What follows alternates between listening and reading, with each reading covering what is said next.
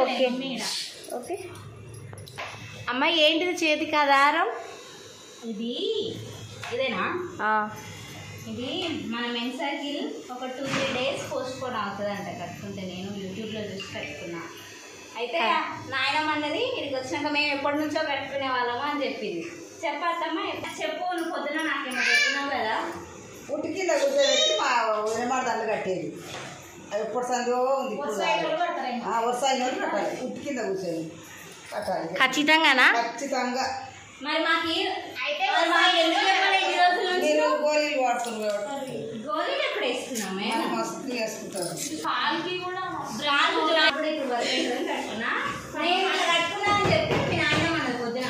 మేము కూడా అప్పట్లో కట్టుకునేటోళ్ళము. అది కూడా ఉట్టి కింద కూర్చొని అని అన్నది. ఉట్టి కింద ఉట్టి అంటే పైన ఉట్టి కాదు, పైన వెన్న గిన్నెలు పెరుగు గిన్నెలు పెడుతుంటారు అప్పట్లో.